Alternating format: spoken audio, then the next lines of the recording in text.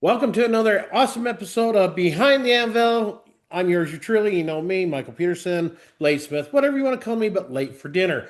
Today I'm joined with Danielle. Danielle, how I did it again today. I promised I wasn't going to do it again twice, but I did it anyway. Danielle, who is a professional dog trainer, expert on that field. Let's dive into it. Danielle, go ahead and give a little background, a little bit of a background about yourself and what you do. Yeah, I'm Danielle Peterson. I go by L. My clients call me Auntie L. I'm a dog trainer, sitter, and I used to do boarding and daycare in structured facilities. And I do a large field social every month with dogs. We have about 21 dogs right now that do socializing in a group that have been trained and keep them on their toes. So I have been dog training my whole life. I've been in the field professionally for 18 years. I started with my grandpa's hunting dogs. We did hunting bird retrieval dogs, water sports, that kind of thing. And then I just always did trick training growing up. And then when I got my own medical issues starting back in 2018, I ended up with a cardiac alert service dog. So I have every range of training experience you can ask for, except for protection dog work, which I have an intro to, but I don't do it. So that's Well, me. sounds like you enjoy what you do. I got some questions, but what is socializing? I'm like, huh? Is that where they walk around the park, sniff each other's, So that's it's a safer explain. option. Yep. So dog parks are the big no-no, scary dog world. You don't know what you're walking into, but a large field dog social is where there's like a coach or a referee or a lifeguard supervising play with people and dogs so that the owners are learning how to read their dog's body language to make sure they're safe and acting appropriately. It's like watching your kids playing in daycare. There's rules. You don't sniff someone's butt for more than 5 seconds. You don't lick any private parts. You don't grab collars and be rude jerk. And you definitely don't hump people. That's all we don't allow. Everything else is go play, have fun, introduce yourself, be a dog. And I'm guessing there's them around here in Sevier County, and where's that at? And how do people find Yep. out about that? So you have to pass an evaluation with me. It's $50 for the life of your dog. That's not a lot. If you pass, you get to come every day that we do it. It's once a month. Right now, it's the second month or second Saturday of the month over at Richfield Veterinary Car Park over here by the jail. And if they pass, it's for life. If they fail, we do some training, get you on track, and let you come later when you're ready to handle it. Awesome. Um, Give us kind of details of what the steps of that evaluating a dog. So it's really simple. I meet your dog on leash, then we go off leash.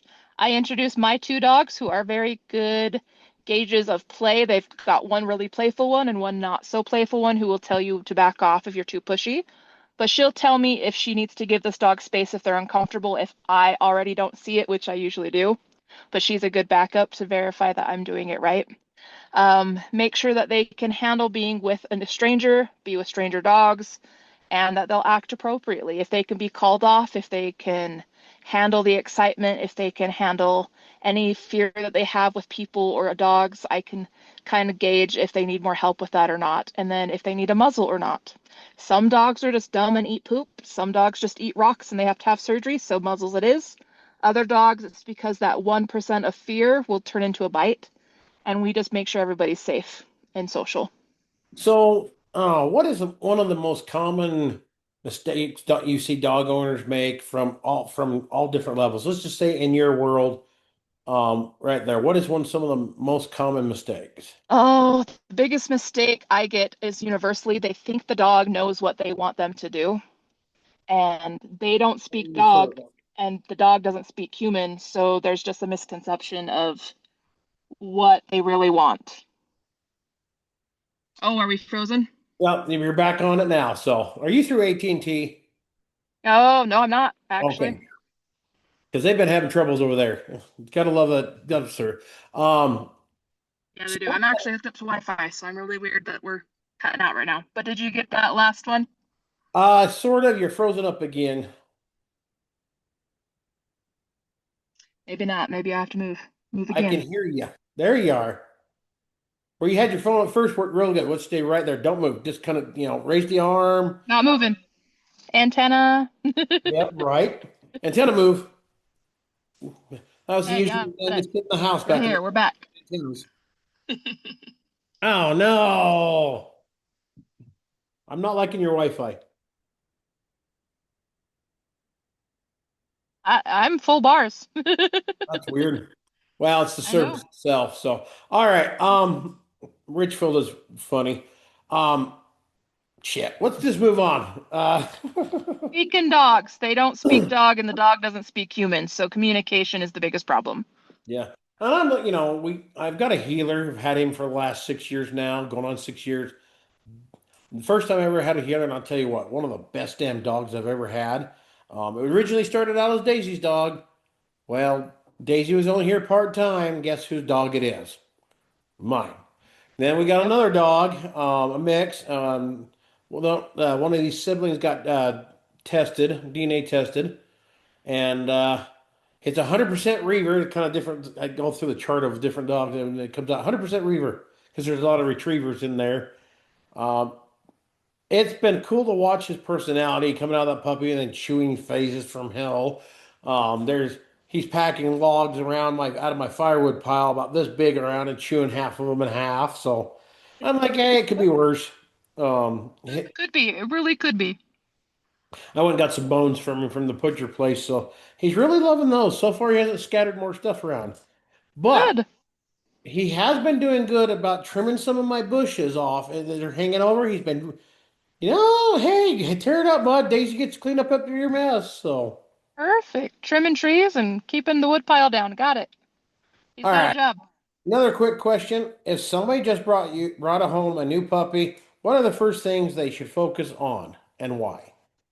They should focus on structure and routine. The dog doesn't know what you are doing, when you're doing it, and what it needs to do. So if you can do a structured, we're doing this in the morning, we're doing potty, we're going to get food, we're going to take a nap, we're going to go train a little, we're going to nap some more, we're going to have lunch. Set your day up like that from AM to PM and make sure your dog is kenneled and sleeps enough. You're set to do anything and everything right because a puppy under one needs 16 to 20 hours of sleep a day, and a dog over one can do 12 to 14 to 16 hours a day, Yeah, just happily. I've noticed.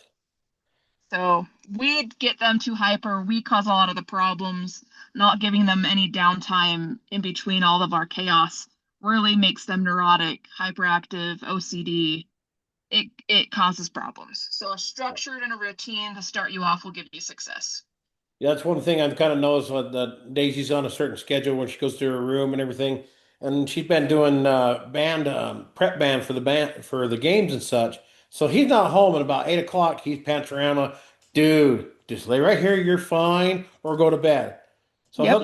he'll come in and lay down on Lume's kennel, which and that's it's really funny watching personality. When he comes needs to go outside, he'll jump up right here and he'll start leaning into me.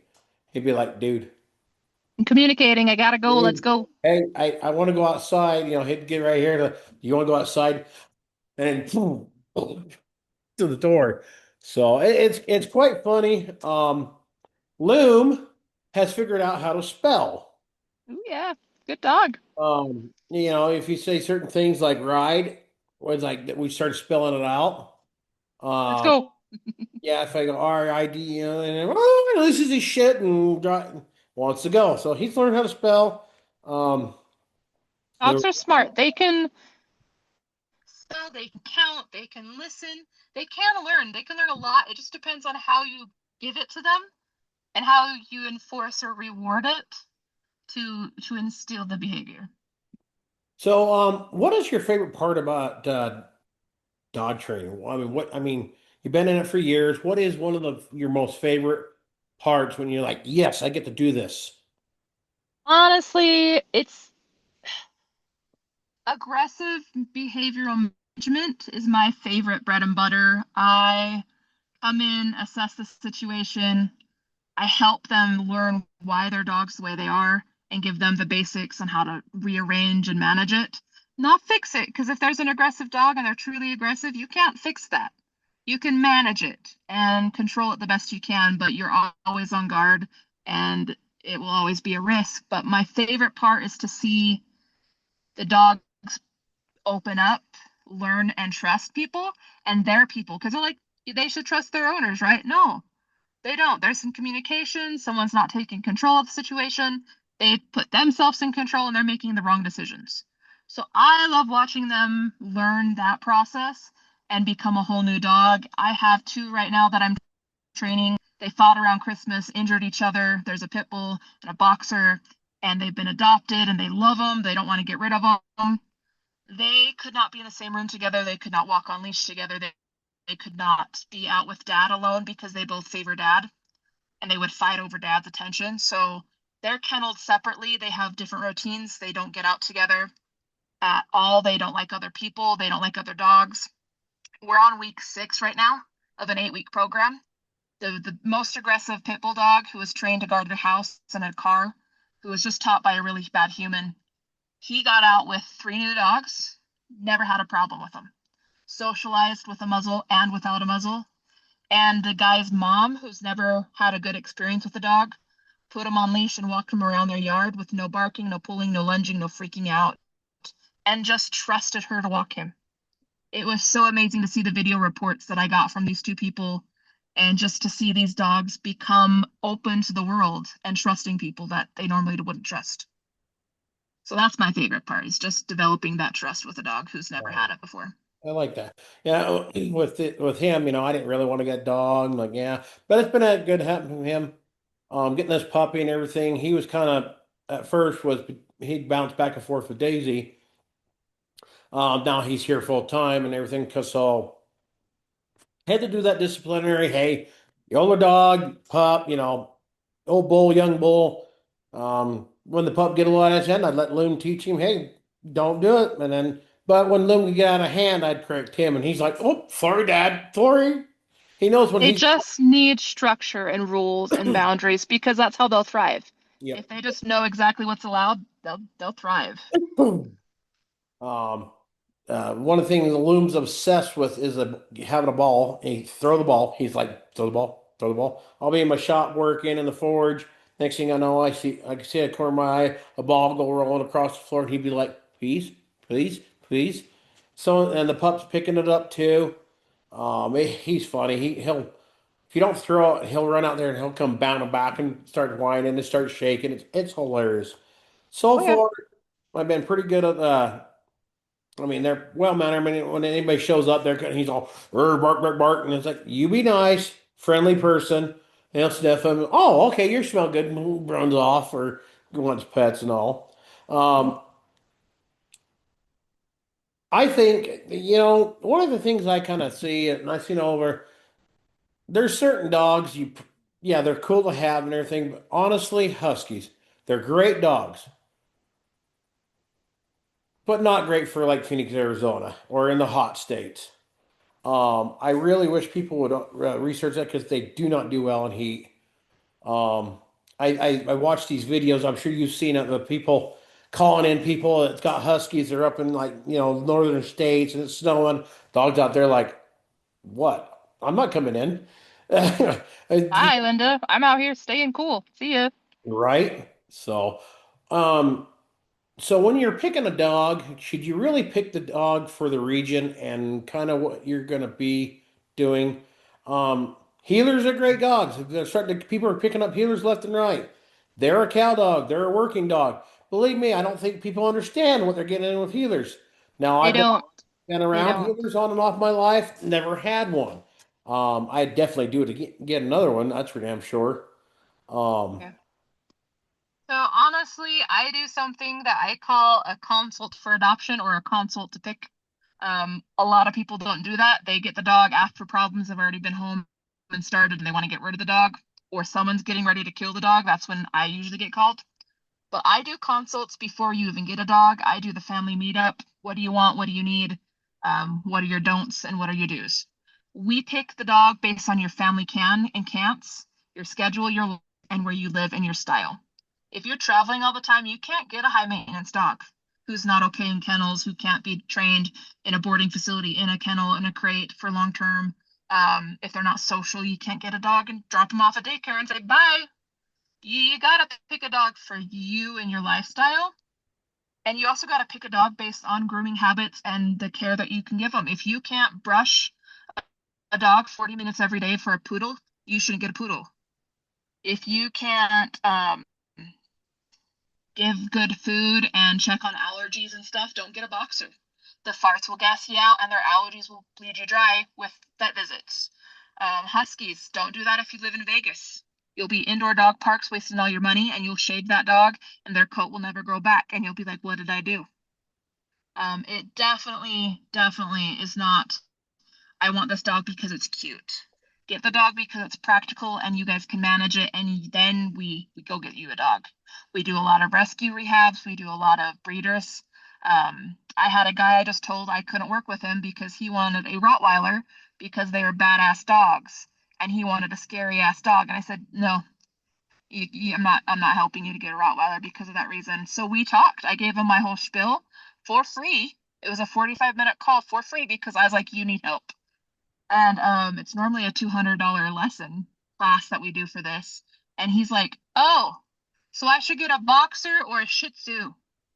Yeah, that's him. Those are his dogs that he could do.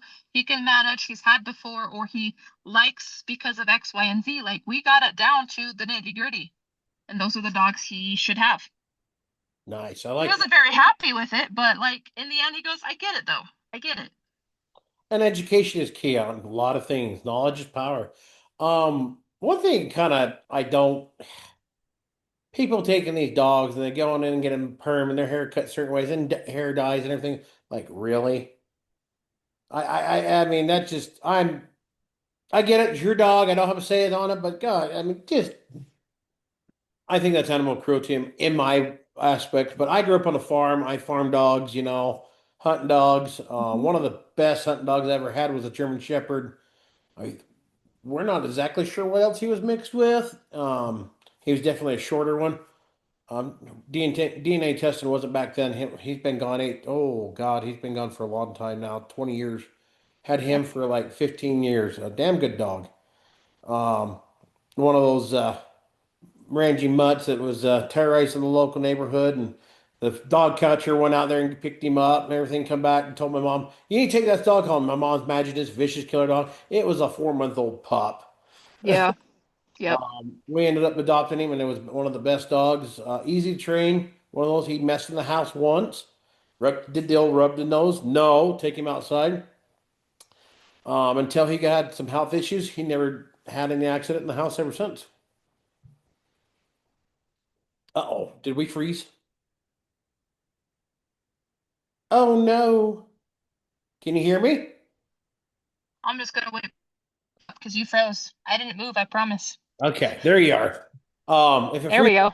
If it freezes up again, we'll hit pause and we come back. Um, so is there anything off the top of your head that you want to talk about? You've always wanted to get on podcast or an interview. Is there something that you want to take the next 5, 10 minutes and just chat about something you want to get out there? I got some of that. So something that I want to talk about that I'm passionate about would kind of be split in two ways. Responsible ownership and getting a dog fit for your life and not abusing that dog and getting rid of it as soon as you realize it's not the dog for you, or you have to do training and you have to learn how to do it. And second was service dog etiquette. I have two service dogs myself. They're 50,000 plus dollars a dog, and that's on the low end for my older dog. She's probably more around 120,000 with all of her training and what we've done for the past decade. But people ruin it for me. I can't take my service dogs places because we've been attacked. Walmart does nothing. I don't go to our local Walmart ever with my service dogs anymore because we've been attacked 5 times and nobody will do anything about it. So like How if do you mean attacked? so off leash dogs, dogs on leash, they came right after us, bit my dog, barked, jumped out of a cart and attacked us again, bit my dog. Lunged, missed my dog, but they were still attempting to make contact with my dog. And the other two were on the aisle charging at us, and I, nope, turned around and walked right out. So They have dogs there that are not service dogs and should not be there, and they're not trained properly. They don't have public access skills, appropriate behavior responses to other dogs because your dog has to be non-compliant to like, oh, there's a dog, cool, I'm checking back in with mom. Bye, Linda. Not, I'm going to eat your face off and charge you because I see you. Like, that's not a service dog. And that's something we chatted right before we started this, the service dog stuff. Um, please, I'm going to give you this question. Please walk me through it. I mean, there's got to be a way. I mean, I always thought it'd be a way to protect the service dogs and the people too from situations like you've gone through, and also give businesses not to violate HIPAA and the individuals' health issues or whatever, but kind of a national registry. The dog like a license plate that it has to be on that dog. They can only get that if the dog's gone through professional training, like your dogs have, or through a professional, what you do and such. I'm hoping I'm making sense here. I mean, I mean, I like you said, I've seen instances like that. I've been like out to restaurants and they bring their little dog. You know that's not a service dog. I had somebody stay at my house who said, "Oh, this is a service dog," and that dog was not a service dog because I damn near shot it. And the behavior and everything else is just horrendous. But I it mean, it would be nice to have something that's legal and protecting. With all the laws with HIPAA or ADA or just Personal Disability Act, there's not really a way safely to go about that or free. It would cost too much money and people wouldn't be able to afford it. Like a lot of us can't afford service dog proper training. We do it ourselves. Luckily, I'm a professional trainer and I know a lot of people that helped me get to where I needed to be to do it, but most people can't afford it. And if you brought on a registry or something to be protected and to be step by step, here is this now thing we have to give you, that would cost money true. I, and people wouldn't be able to do it. I would like the idea, sure.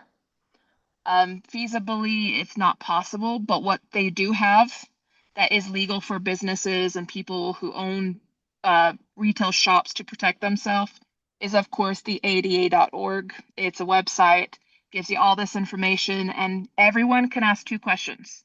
One, is that a service dog? It's a yes or no question. Not a defensive, it's an emotional support. Yes or no. Service dog, yes or no. And the second one is what tasks is it trained to do to mitigate the disability? Not what is your disability, not why do you need it, not up in your business, but what tasks. If you can't name a task or even three, you probably shouldn't have that dog because it's not trained to do anything for a disability. It's just there for emotional support. maybe they probably shouldn't have the dog too, in my opinion.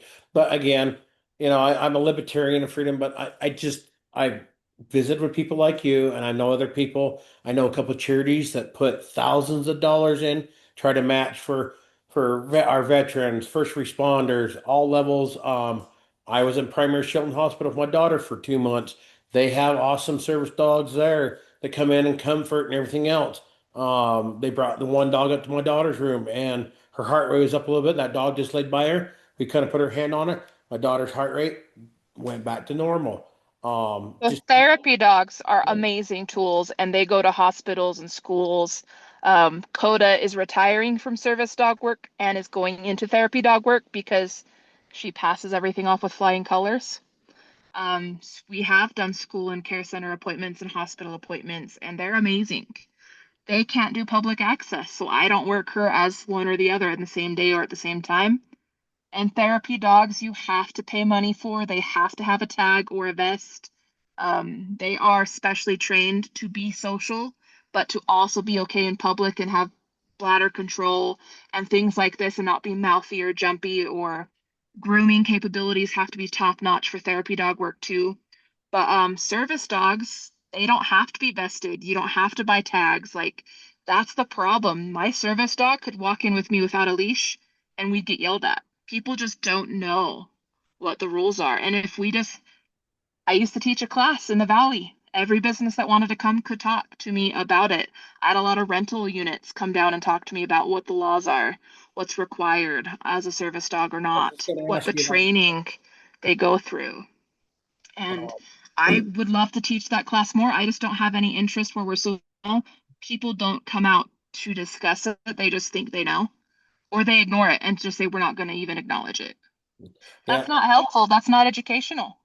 I mean, we were in with a couple of buddy of mine went out to dinner at Denny's one time, and these people, Oriental people came in. And they had these little Shih Tzus, but them dogs are all over the place, running around, over about looking at me. One scratching my foot. I'm like, really?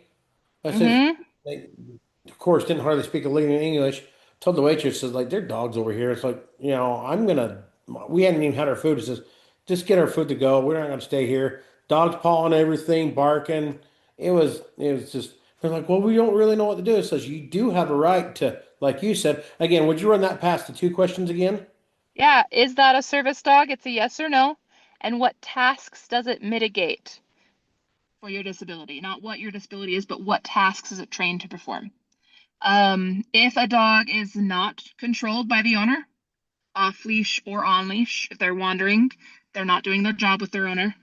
If they are barking, lunging, barking, nudging, sniffing, eating things off the floor, like my dogs don't touch anything on the floor. Like they've been trained to ignore anything unless it comes from my hand or I tell them to take it. Dogs that are service dogs normally won't touch food, period. So sitting on couches and tables and chairs at a dining restaurant is kind of a flag for a lot of people. Some dogs are out there doing gluten detection, so that's not impossible. But normally they're on the ground. They're never on a chair or on the table. So if they're not acting appropriately, you can ask them to leave as a civilian, but the business can also ask them to leave.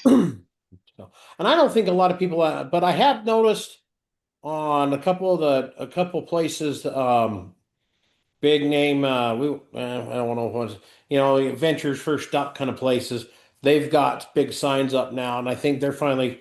And everyone's like, I've had somebody, well, that's just not right. And says, well, yeah, it protects them, but it's also protecting people that have actual service dogs.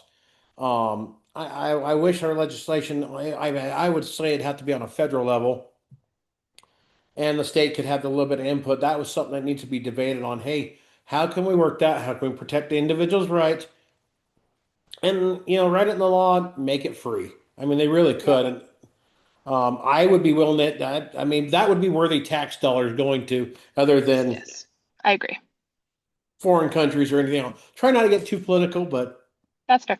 I agree. If they could make it that way and keep everything legal on ADA, HIPAA, and the chance of being able to do it for free, I think there's a possibility of something happening. Some people will fight you on it. I just think it's a little more safe, it's a little more protective.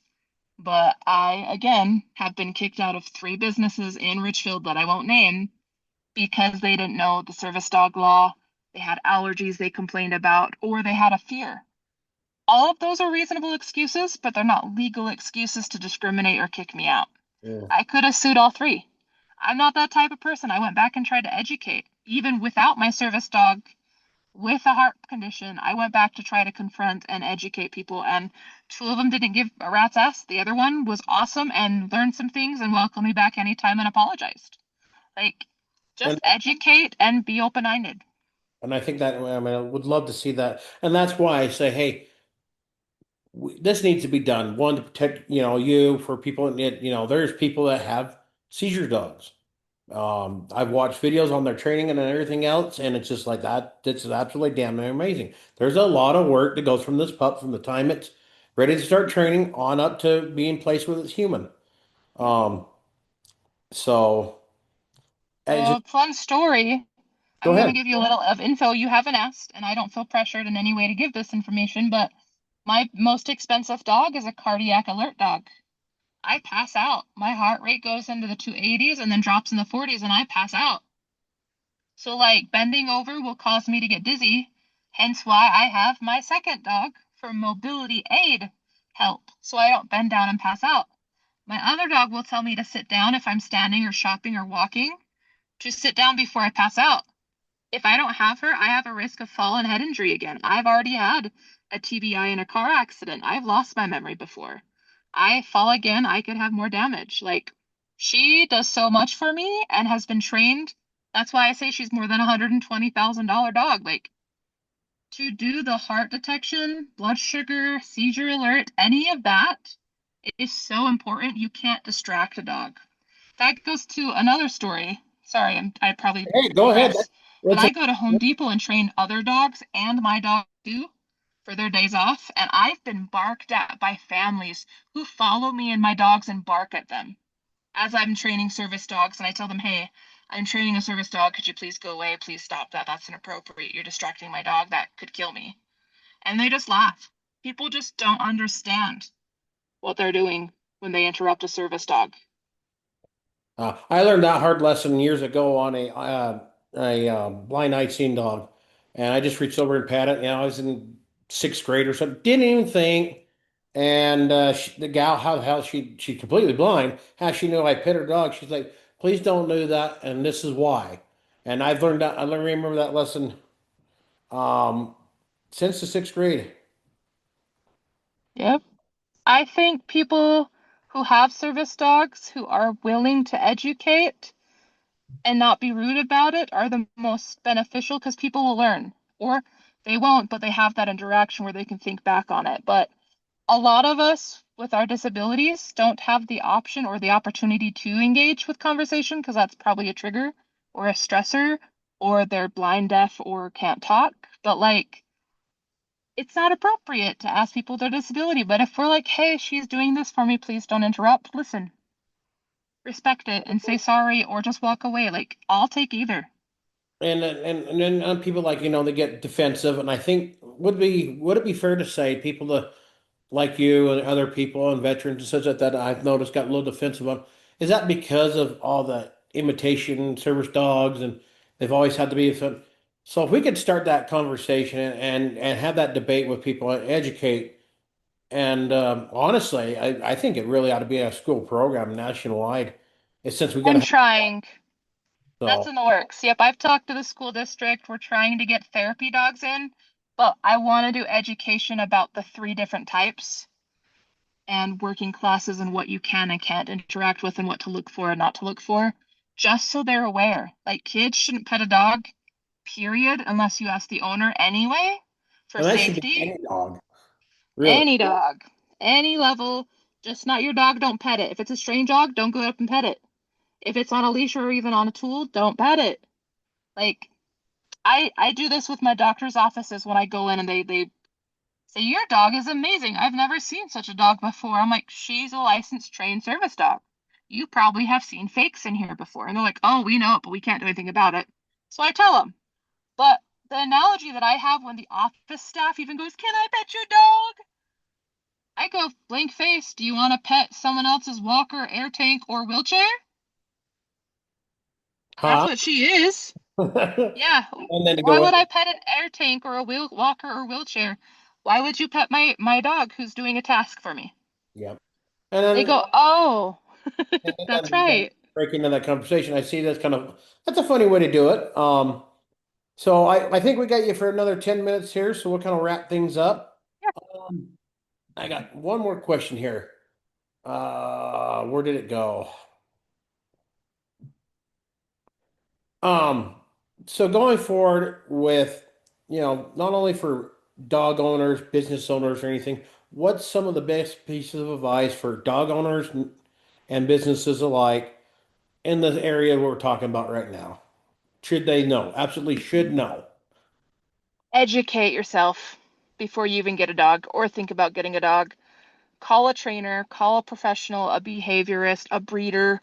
Any of us who are in the know are happy to share our knowledge to give you the best skills to go forward with the best decision and not wait until there's a problem that can't be solved or will take thousands of more dollars to solve, because people hesitate to do that or they just give up and they are embarrassed because they failed. Don't wait until it's at that point. Educate yourself before you even get the dog, and educate yourself if you have a friend with a dog and say, what should I not do with that dog? And ask them. Everybody will have their own house rules. Educate yourself and just ask, because sure, I want you to pet my dog. Let me tell my dog it's okay to be pet though. That's my house rule. There My you dog can't say hi to you until I say go say hi. They're working 24/7, so if I don't say that, they don't come get love. but they can. They can break, they can have days off. They can earn it. People who ask can earn love because I said so. I like that. But don't expect that with everybody. Yeah, that's true. Um, yeah, if you got a dog, it doesn't belong in Walmart in the grocery aisle. If it's not a pet service animal, please just leave your dog home. I don't care what it is. I got, the only kind of stores I've ever took any of the dogs in is like the big animal stores, like pets, IFA, Tractor Supply, stuff like Petco, that. That's pet friendly stores, pet the friendly pet places. pet appropriate stores. Yes, Because your dog has to have some basic manners to go into a store.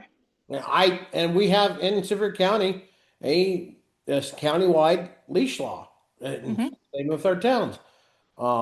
Everyone's like, well, that doesn't work for working dogs when you're hunting. It's like, there's exceptions in the law. Go look it up. But if But you're coming to IFA, you're not hunting, so put your dog on a leash. yep. Um, also, we also have a lot of fur bearing trappers this time of year. If you're out in the hills, watch your dog very closely. If he tends to run off a little further than you should get a long leash. My Um, boss's dog, they went running up by the Red Hills and by the water tower. Two leg traps. She did not break her legs somehow, but she got trapped twice on the same leg. ouch. Um, and to the fur bearers out there, they're not trying to catch your dog. They're out there doing pest control. We do have coyotes will kill and eat your dog. Yep, The behavior of it, they've documented it. They'll send in a female, usually it's cutting heat, track your dog or whatever, think it's play. They take it out. There's probably another 10 coyotes waiting. They will eat your dog. They will eat your cat. yep. Um, any other words of wisdom, real quick, and we'll sign off. I got something I think it'd be kind of funny to sign off here. Quote Bob Barker. Honestly, I love dogs. I think everybody should have an interaction with dog on a regular basis.